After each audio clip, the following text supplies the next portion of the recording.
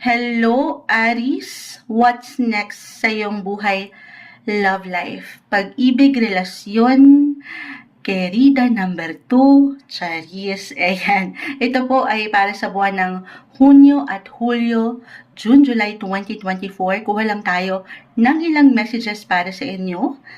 Ano nga bang ganap ang parating pagdating sa buhay, pag-ibig, no matter what your relationship status, single, in a relationship, or married, silipin natin kung ano mang pwedeng iwan ng cards. Will be straightforward po sa ating reading ngayon. Buhay pag-ibig naman, sige, hingi tayo ng ilang messages para sa mga taong ito. Aries, tayo po ay live na live sa FB. Maraming salamat po sa ilang nananatili, nakikinig para sa mga Aries na nakikinig ngayon. Ano nga ating maiwan para sa kanila? Message. Aries.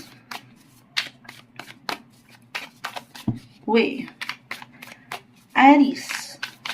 Sa pagitan ng June, July 2024 ito, hingi lang tayo ng guidance, mensaheng gabay po para sa mga Aries.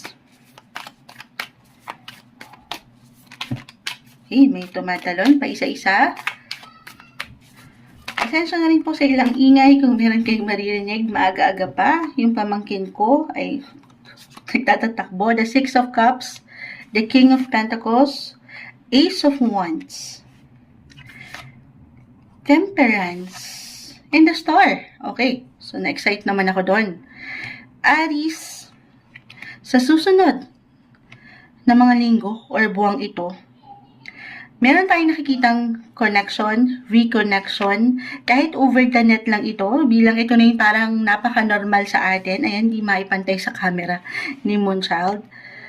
Merong connection sa ilang taong malapit sa inyong puso. Relationship-wise, napakalawak na usaping relasyon. The Six of Cups kasi ay narito. Ito yung anything related pagdating sa inyong mga past. Especially, kahit over the net, halimbawa kung kayo ay nasa ibang lugar, or nasa ibang bansa kayo, or itong taong ito, itong ilang kaibigan, or why not, dito po pumapasok, oo nga, ang inyong mga childhood friends, childhood sweetheart, or high school love life, ano pa ba, or, ayan na, yung inyong mga exes. Okay, maaaring merong reconnection, why not? Or even reconciliation na maganap para sa ilan sa inyo, especially for singles. Pero regardless, why not? Kahit na kayo'y married na ngayon, may asawa na, baka merong something mag-appear, okay, or magbalik. Kahit hi and hello lang ito over the net. Okay, pero relationship-wise, single, kung magiging open lang kayo, Aries, andito, may pagkinang, may pag-spark. The Star ay narito. Ito yung mga kahilingan nyo rin, yung inyong mga hopes and wishes when it comes to relationship, balance. I feel that some of you will be ready to connect or reconnect. Pagdating sa inyong mga social sector or social side, paangatin yung pagiging sociable if willing. Aries, again, may ilang bagong simula, bagong inspirasyon para sa inyo. At maaring sa true lang, pwede nyo ito, may possibility na makilala nyo ito sa isang event, sa isang party, business man ito or for pleasure, or even reunions. Sabi ko nga, may reconnection especially when it comes to past, or may kaugnayan ito sa ilang malapit sa inyong puso, your family members, or anything related sa pamilya. Maaaring itong someone na ito ay growing up, nakakasama mo na, kilala mo na, or meron talaga kayong pinagsamahan before, may pag-angat ng nakaraan para sa inyo, Aries, dito. Or family friend ba ito? Ayan, pero anyhow, merong pag-angat din nung inyong mga expressions, kung paano nyo dinadala ang sarili pagdating sa conversation, or ayan, merong pag-angat din po ng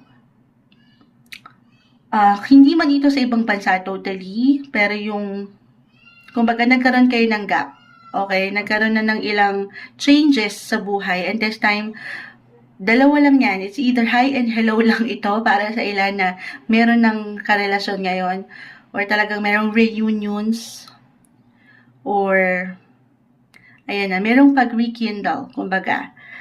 Merong renewal, merong rebirth sa relationship. Ayan, nakikita natin ang mga bagay-bagay. For those sa relasyon, mga nasa isang relasyon na, Aries, andito. Ano yun andito? May, kung sa atin kung sa inyo ito i-relate, itong ilang unang bumagsak, sabi ko nga, may renewal, merong something bago pa. Gaano man kayo parang katagal na. Pero, para bang andito pa rin yung init, yung inspirasyon. Gaano man, hindi perfect ang mga bagay-bagay. Okay? Pero, maybe isang message din po ito na why not more on communication ang umangat para sa inyo, Aries. Communicate with your partner. Dito sa ilang pangarap nyo pang marating bilang the star ay narito, the King of Pentacles. Or maybe magnilay-nilay kayo sa ilang laban na patuloy nyong nalagpasan together mula dito sa nakaraan. Ayan, the Six of Cups. I feel na may pagtibay pa. Higit pa kayong pagtitibayin.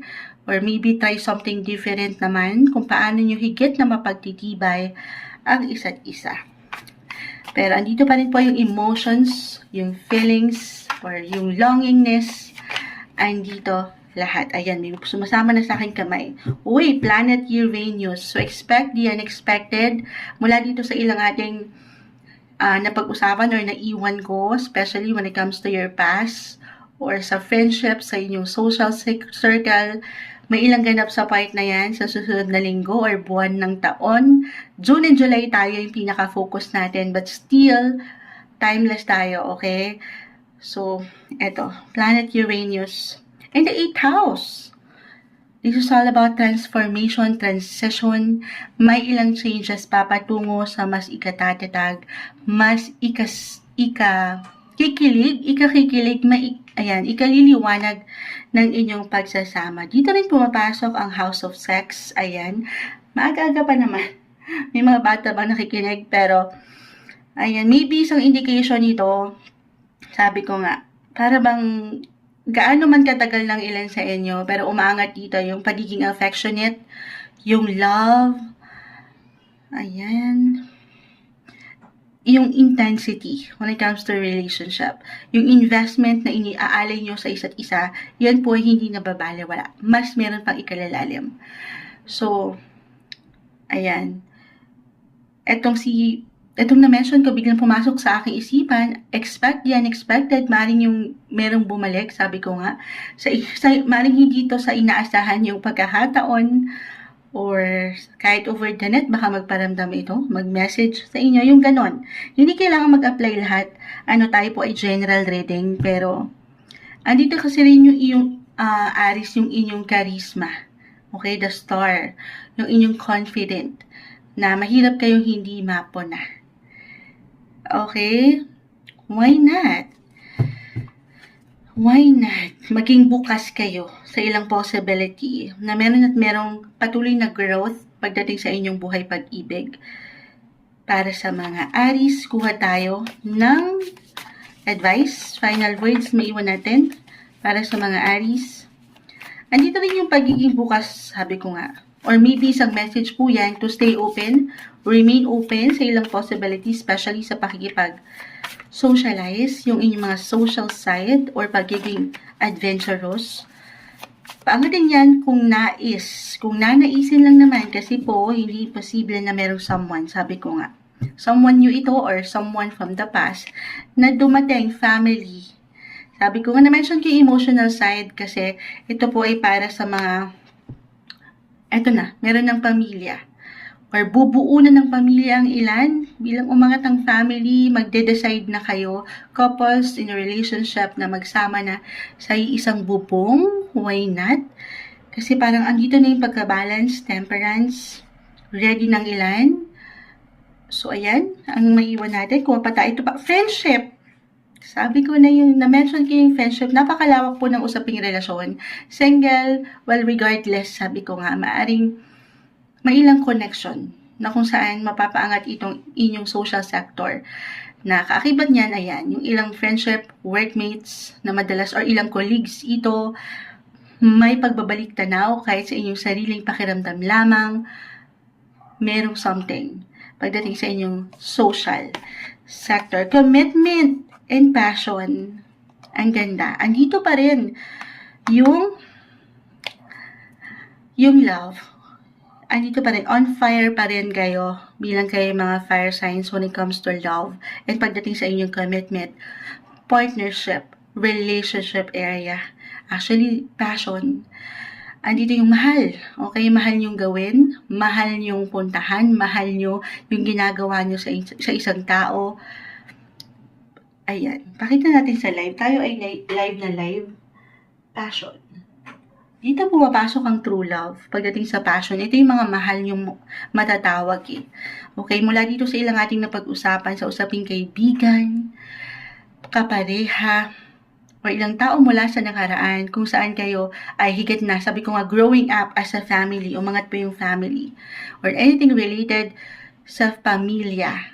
Diyan naangat ang buhay, relasyon, pag-ibig sa mga susunod na linggong ito at buwan. June to July 2024 para sa inyo, Aries.